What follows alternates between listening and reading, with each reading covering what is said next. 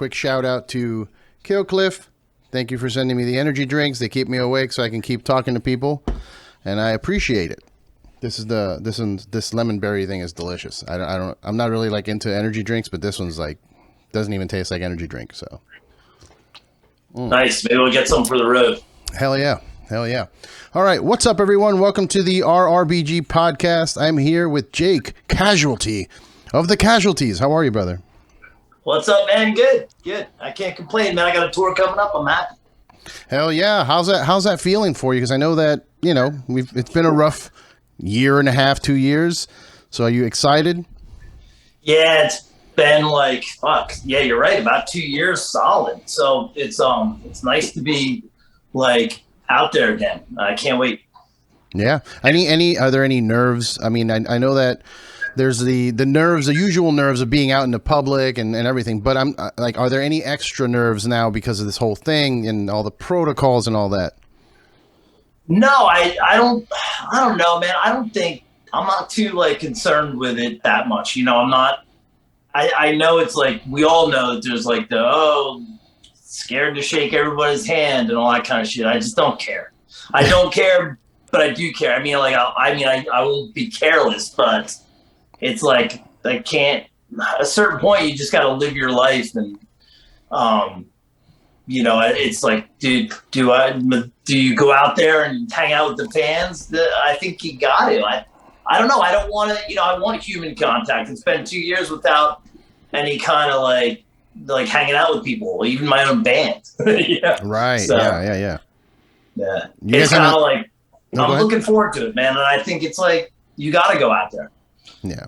Especially, I mean, a lot of these shows are like vaccine mandated and everything. So there's a little, extra protection involved. Yeah.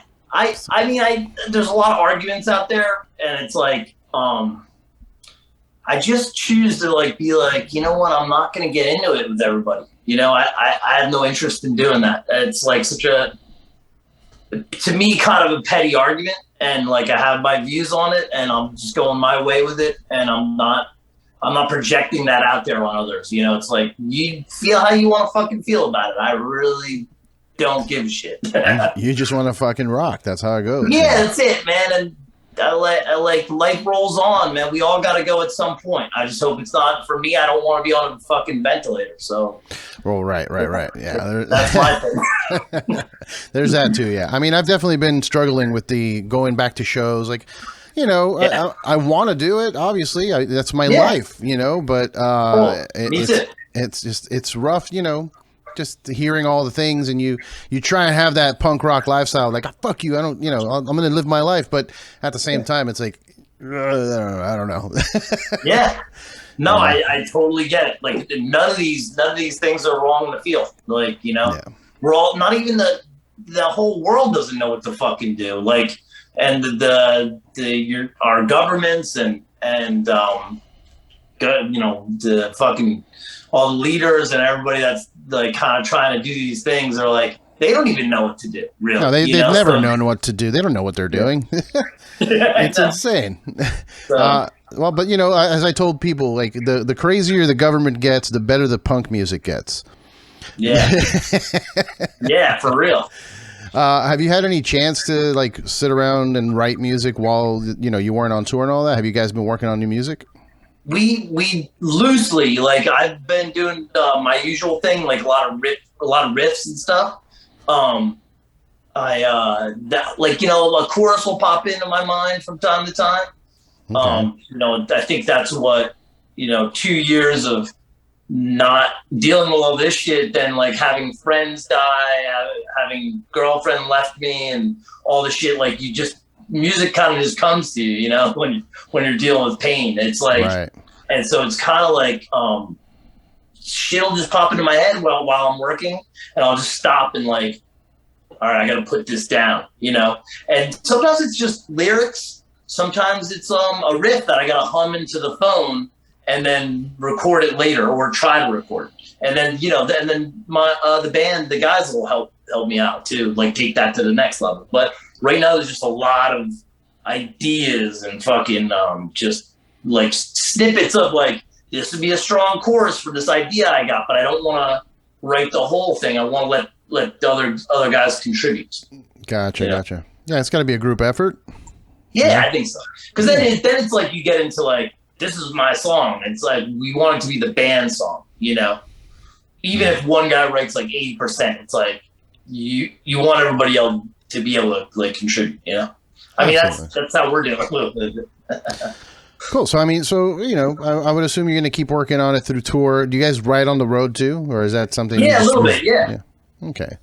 So yeah, we'll hopefully we'll get some like a new album maybe next year if everything works out, probably.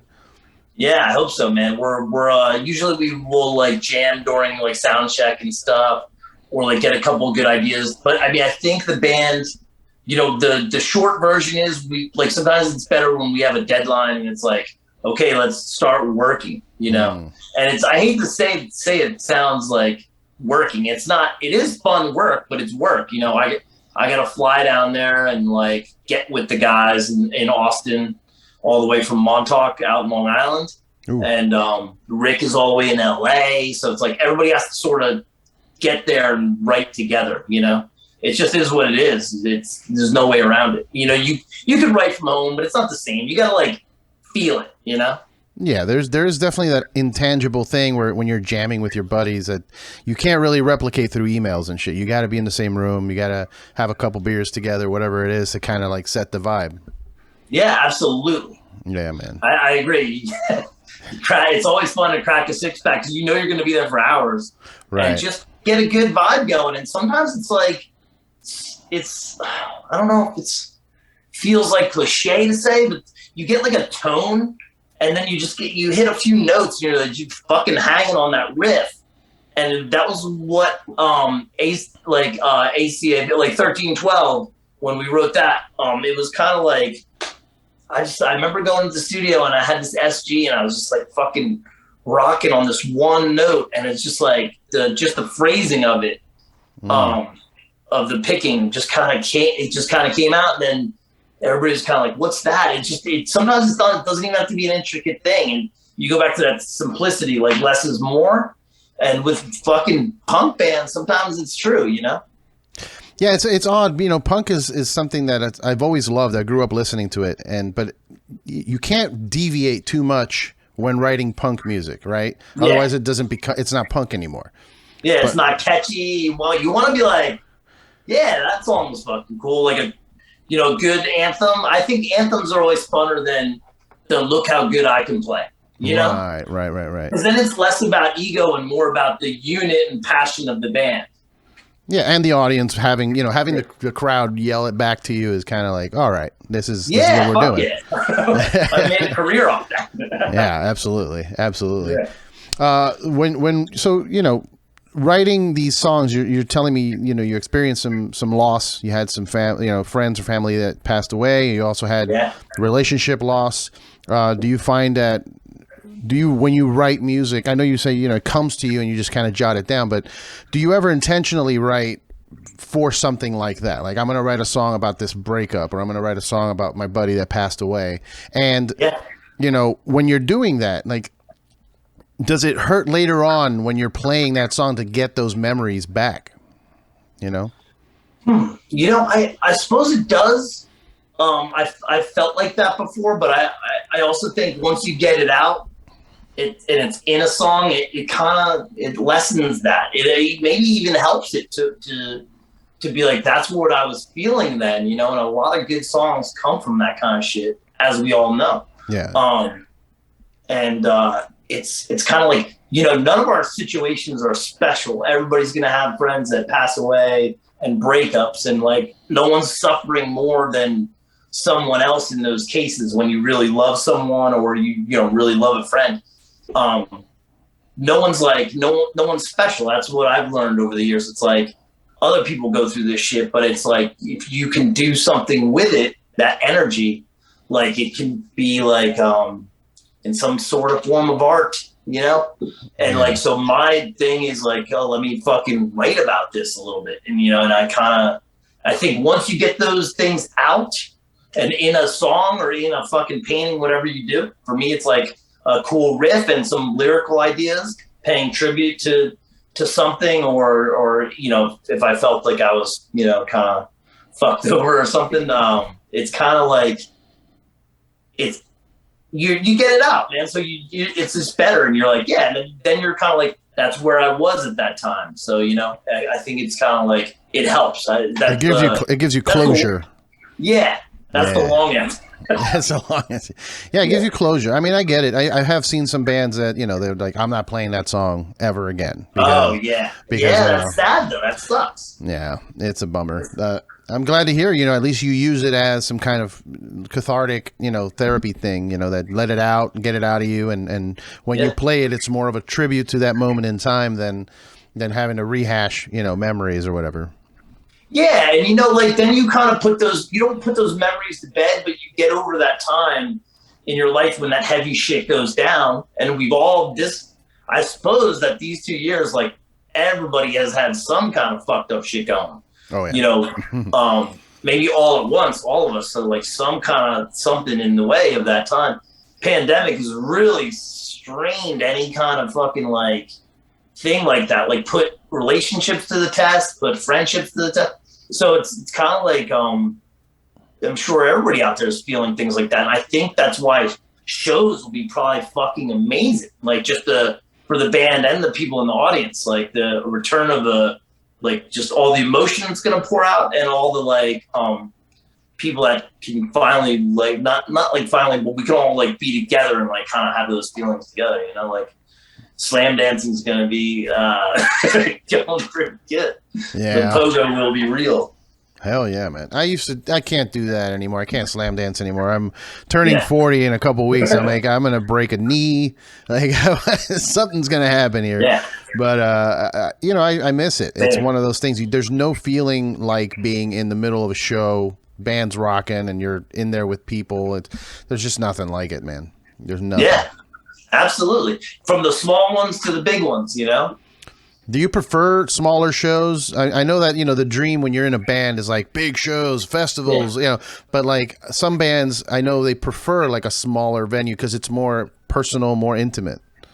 Yeah, no, it's cool. It's there's a fine line. Like, yeah, I want to play the fucking huge arena. Of course I do. Like, fucking A, yeah. I wanted to be a rock star since I was a kid. Like, yes, I want to play big shows. I think people will be lying if they told you different, but it depends. Like the smaller shows are fucking, of course they're cool. Like it's the vibe, like if the vibe and energy is there, which can be at the bigger shows too, but like the energy of like a small show when it's going off and maybe people have had just the right amount of alcohol and it's just a good party or something, not that you have to do that, but what I'm saying is like, those basement shows or like small like clubs, if the sound is, it comes down to everything. Sound's got to be good. If the atmosphere is good and the energy of the people going to the show, then yes, like the small ones are fucking awesome. But it's I want to play to 1,000 people too. It's like that can be just as crazy. I remember we did a few shows over the years, and there was like 3 circle pits going at one time. I remember like the Wall of Death in like Rock El Parque in Colombia, in Bogota, was fucking huge. But then I totally love CBGB's. Those shows were great too. And then once in a while we'll do like a small basement one out of nowhere in like the Midwest. It's fucking cool. It's good to have like the if you can't play the little shows with 100% as much energy as you do the big shows, like let's say a festival in Europe or something in front of like a couple thousand people, then you don't deserve if you can't do those little shows with 100%, you don't deserve the big shows with 100%. Sure. Yeah. I agree with that. Yeah. I've always had that mentality. I was in a band for a while and it was always like, just play like it's your last show. You never know. Right. You never know who's there. You never know who's, even if it's 5 people, like destroy those people's lives. You know what I mean? Send those 5 people home with like, oh my God, what the hell did I just see? That's what you got to do. Do the whole fucking thing like every night, the same as you would as the big. I totally believe in that. Like, there's no like, oh, there's only 50 people here. I'm not going to like, jump or like, fucking bang my head as much or something, or like get as passionate. Like, no, I'm turning that fucking switch on. And and that's also like when it gets talked about, like, yo, they played a sick fucking, any band. I mean, not just the Casualties, but like any band, you'd be like, yo, I saw those guys in front of 20 people and they played like they were playing in front of 5,000. That's right. What, to me, is like, okay, this band's fucking great. So I try to do that. So what would be the biggest show you've played that you can think of? What's the biggest amount of people you've had in front of you? It was definitely the one in Columbia, the Rockdale Park that I was just talking about. It's just this awesome thing where I think it's like a free festival for the country or something. But it's all metal and punk. So it's like, you have this, I think it's like 3 days. I'm not exactly sure, but it was just fucking, just everybody's, it's like something out of a movie. Like you're playing for these fucking legions. It's like a battalion out there, man. You're just like, you could do no wrong. You would have to really be like, lousy to not. You could just fucking 3 chords to glory. The place is going nuts. It was cool. That was the biggest one of like us doing a festival.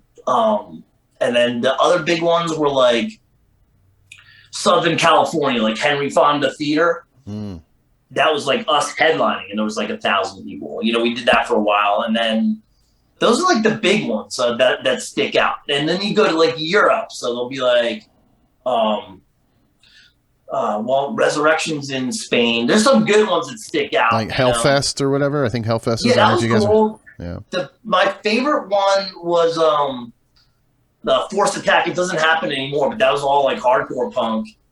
And some of those like ones that are punk and metal, like Resurrection in Spain, they're just fucking awesome. You have like all people, and it's cool because it's like you get some of you like might be in the punk more than metal, or metal more than punk. So they'll like be like, you know what, I've been meaning to check this band out. Let me go see it. And maybe I wouldn't see it on my own kind of thing. And then you get like some new fans that way, for both sides. Yeah. Yeah, those I love those festivals just because, like you said, they mix up the genres, and there's even some of them they throw hip hop acts in there. It's good. Yeah, give people some culture, some choices. That's it. Introduce them to some new things. Yeah. That's right. Yeah. I want to go. Even if you're checking out a song or two and it's not your thing, but you're like, oh shit, I can see how that people like that because live it's fucking awesome. Right, and you see the audience actually reacting, and you see them like liking it. So it shows people, at least hopefully they're open enough to understand that. But like when you see other people enjoying something that in your head you're like, I don't like that, but at least you should have that where you see the people, you're like, well, maybe it's just me. They don't suck. I just don't like them. But look at all these people; they love it. Yeah. And you get some good inspiration from it too. Like if someone's doing something different or new, you're like, oh shit, that like inspires me not to like copy it, but to be like, I wonder if I try this other thing, like maybe it'd be cool. It's things like that, like can help you like take your own shit to the next level. Absolutely, man. I wanted to talk to you. You mentioned you wanted to be a rock star since you were a kid. Yeah. So, and I mean, you've been in the band since 1993. It's been a while now. You don't look that old. I mean, I look about the same age. I don't know. I'm 44. 44. Okay, yeah, I'm turning 40 in November. So yeah, close. So you started young. So how was that? Like, who was it that inspired you to become a rock star? What rock star did you see that was like, oh shit, I want to do that? Yeah, it was when I was really little. I remember my brother giving me like a Walkman, like a fucking tape deck. Right. Fucking Walkman. It was like this big, and then you just had headphones. And I remember being like, holy shit, like, yeah, I can hear these little, like, you're blown away. It was like something really strange. And the first cassettes I had was like, I think I had Bon Jovi tape, and then that's New Jersey as fuck, bro. Yeah. Yeah, I'm from Jersey too, so I get it. I had Bon Jovi tapes too. I get it. I don't hate those songs, man. They're good. They're still good, of course, man. Those are anthems. But like I remember having that, and a few other ones like a Footloose soundtrack, Billy Idol and stuff like that. And then then later on you get into like the real shit, like okay, here's an Accused tape, and here's an exploited tape, and Sex Pistols I had, and so I started getting way more into like punk. Yeah, at an early age, probably like honestly like 12, 13. By 13, I was definitely listening heavily to 80s punk rock, full on, and I started like collecting records and stuff. But it was those early like just having those cassettes that you listen to so much that you burnt them out, and it was just like I remember being like, I don't know, man, rock and roll was like just like kind of something you need. I wanted to. I remember having those dreams like or daydreams in school, in like grade school, being like, I want to be the kid that like has a guitar and sunglasses and breaks through the doors. Like just because you see all these videos because MTV was on, right? And when you were a kid after school, you would watch this shit. If you weren't like, I wasn't like a football guy, I wasn't really doing that. I was kind of like more into fucking like being outdoors and like doing like shit like art and stuff. I was like drawing. I like listening to music, and so I started playing guitar and shit. But like it was kind of one of those things like. That's what you did, man. You got home and you watched what videos were on MTV. And a lot of the times it was the same ones over and over, but once in a while, like there'd be some cool, like late night shit on Headbangers Ball or something. So it's like just funny because I'm remembering these things, but like there's a part of me that even then, like, I want that. Like I want to do that to some level or some extent. Hell yeah, man. Were your parents supportive? Because I know a lot of punk comes from like rebellion and like, fuck you, dad. I'm going to, go do whatever the fuck I want. So were your parents supportive or how was that for you growing up? Yeah, well, my father passed when I was like 13, right? Okay. So then my mom was a single mom. She was taking care of me and my sister. My brother already moved. That he was older than us, so he's already in college, kind of thing. Anyway, the short version is like she was very supportive, but I think in hindsight, like I think she was focused so much on doing what she had to do to keep the family like intact and taking care of all of us. She was a very strong woman to go through that, and then but at the same time, like I sort of was like skateboarding, like sneaking out of the house at night. So I didn't have like, I kind of like I could sort of do what I wanted to do. She kind of like accepted me as like a little small adult at that point, Gotcha. And so I was like skateboarding late at night and then listening to music all the time. And then as soon as I figured out how to go to shows, in the city, like I would get on the bus and go to the city, and it was like she would give me like $20 for the weekend. Like I would spend it all on records and then mooch off my friends for like food. I wasn't really at that early. I wasn't really drinking yet, so I was going to shows, watching every band. I wasn't like cool yet, I was like like I was watching every band, trying to buy something from each band that played that night. If they had a 7-inch. Or if they had a demo or something, I was like thirsty for it, So anyway, I think it she was very supportive. But when I joined the band, she was super like, she would get me the bus ticket. She would help me with that. But it was kind of like, I think it got in the way of me listening to records like till 2 a.m. and stuff like that. I think it definitely got in the way of my schooling a little bit. I was an okay student.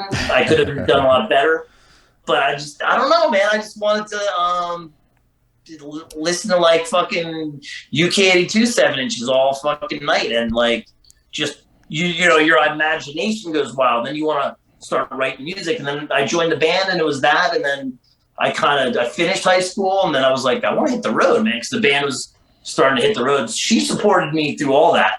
I think it was like maybe a little nerve-wracking, like, is my son making the right decision? Well, of course, yeah. Parents, no matter what you do, they're going to think that, so. Yeah, and that's the school back then was like, you got to get an education, which is still true to an extent.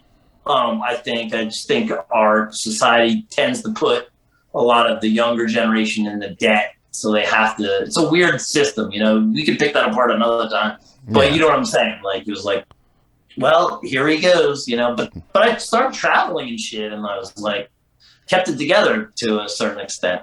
Hell yeah. That's an interesting thing too that I wanted to bring up. I actually wrote it in my notes, like the balance that you got to keep, you know, because the type of music and the style and the scene that you're in is very, you know, it's carefree party, you know.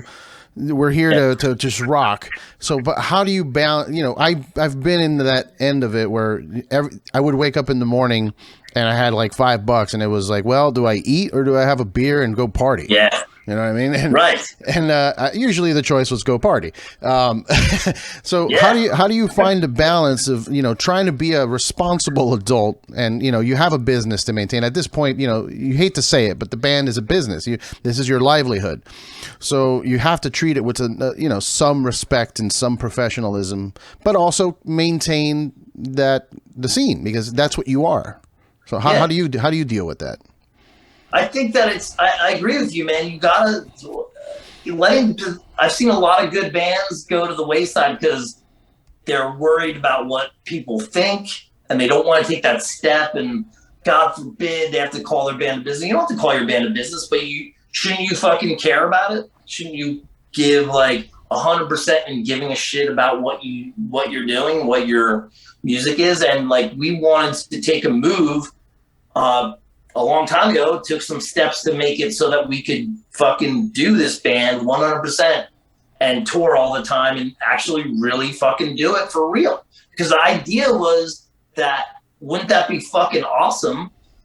And I'm not into punk rock to have more parents or more cops telling me what to do. You know, I shouldn't get that from the punk scene, you know, or any scene for that matter. And like, it's funny because in other scenes, like, in like, you know, back then in the metal scene, people were like rooting for you to be like, take a step up. Punk was like the only thing like, fixated on you selling out. But you could look back in time of the history shit.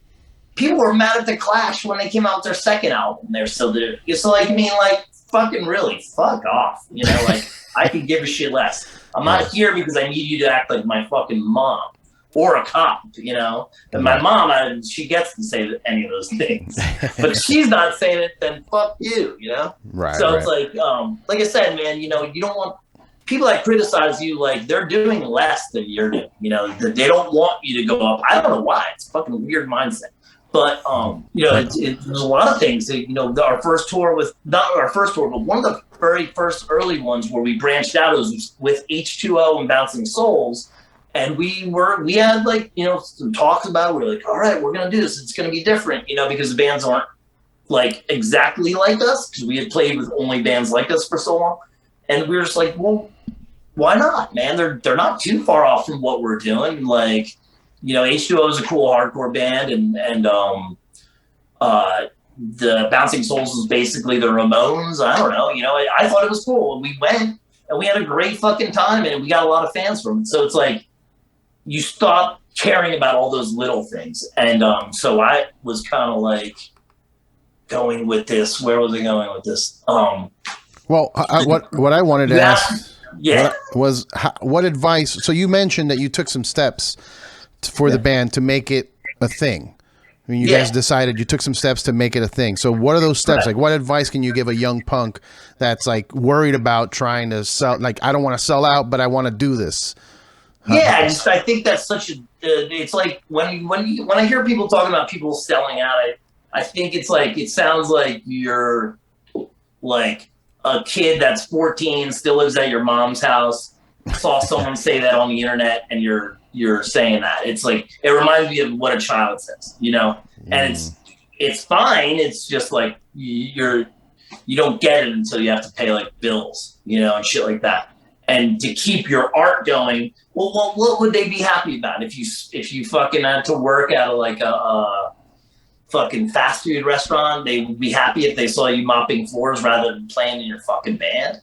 It doesn't make any sense, right? So I have the advice: just go for it, dude. You got one life to live, you know. And I'm, I'm an adult now. I don't know how that sounds. Sounds weird, but like. You know, like, go for it, man. I still have a mohawk tattoos on the side of my head, and I'm going to different countries once a year. It's fucking cool, dude.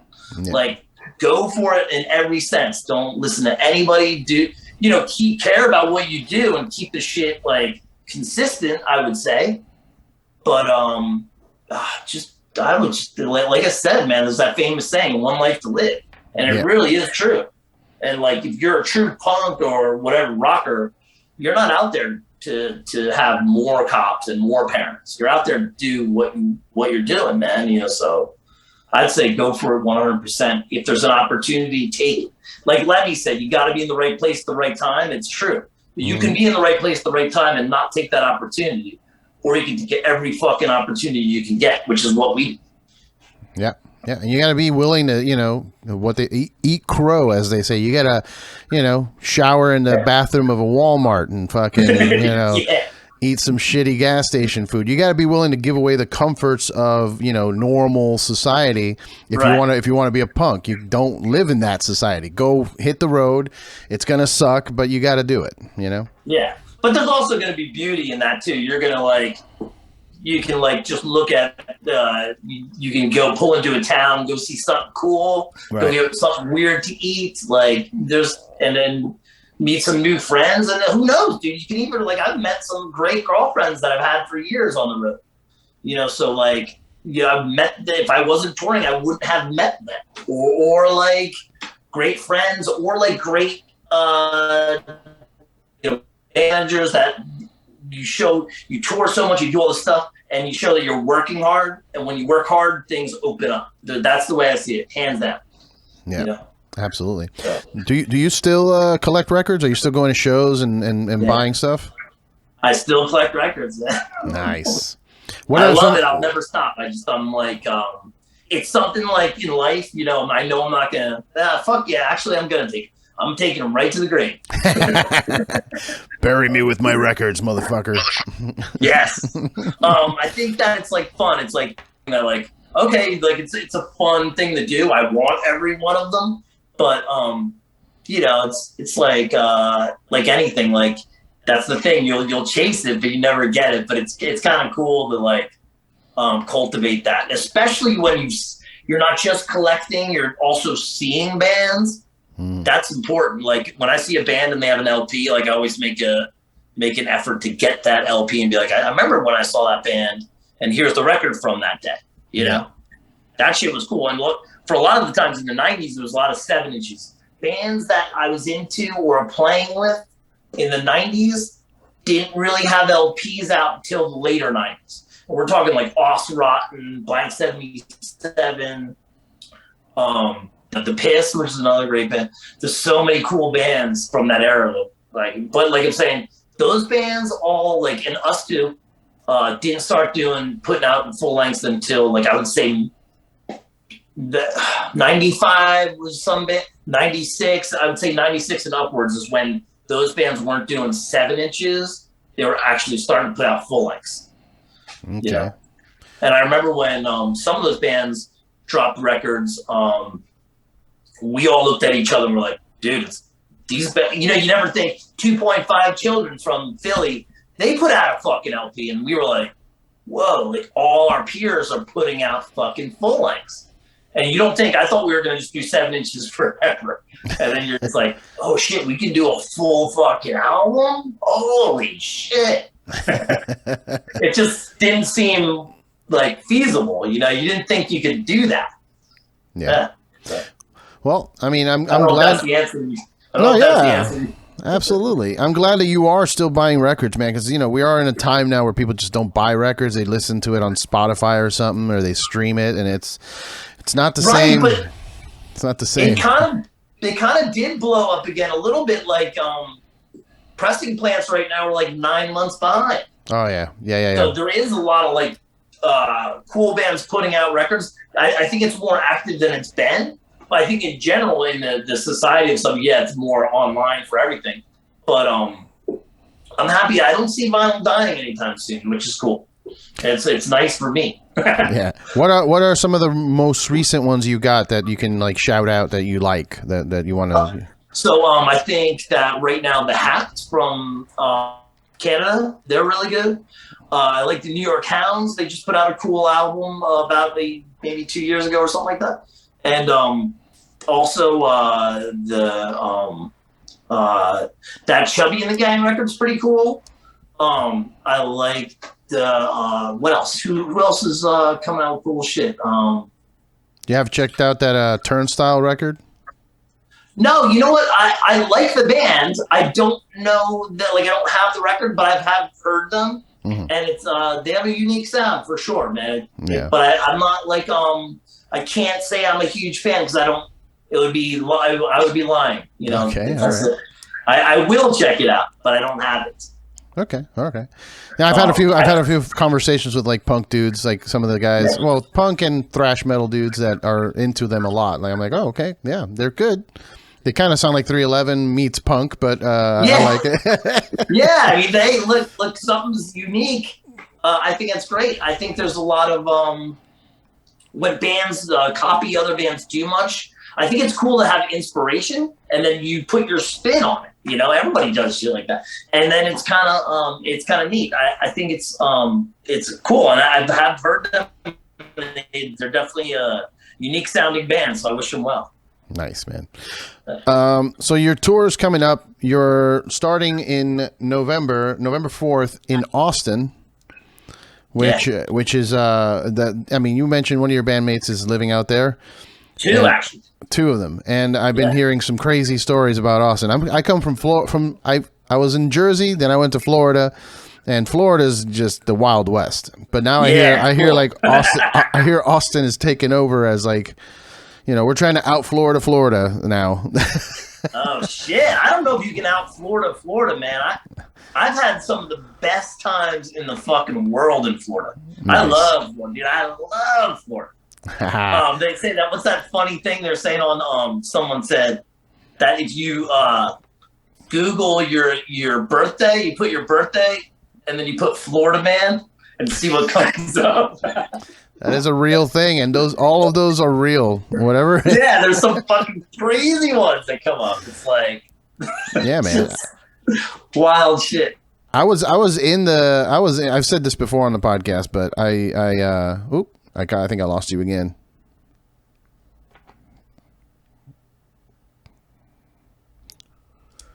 $40.